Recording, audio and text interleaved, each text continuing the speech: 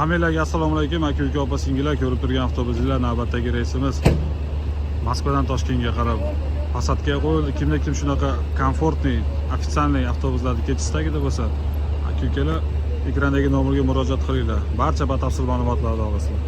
Aka-ukalar, mana avtobusda yukka ko'p akalar so'raydi, yukni. Bizda yukka ochiqcha pul olinmaydi.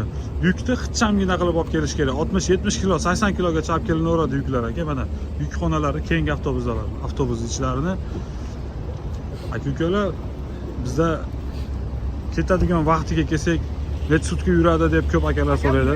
2,5-3 sutka yuradi avtobus aka. 2,5-3 sutka yuradi, 3 ta voditeli bor, 51 ta mestasi bor avtobusimiz. Avtobusimiz bir kunda 2-3 mahal kafelarga to'xtaydi, sanchaslarga to'xtaydi. Aka-ukalar, tak что tanlovlarda adashmanglar, pryamoydan pryamoy reyslarga telefon qilinglar. Mana avtobusning ichki holatlarini ham hozir bir qator ko'rsatib o'taman. Bizda pryamoydan pryamoy reyslar akalar. Avtovokzaldan avtovokzalga. Avtobus ichki holatlari kelib o'zi joy-joyiga joylashgan. Hammasi. Kimda kim shunaqa pokiza komfort avtobusiga ketish istagida bo'lsa, ekrandagi nomerga telefon qilinglar. Barcha batafsil ma'lumotlarni olasizlar. Akalar, avtobus yoqdimi, yaxshimi?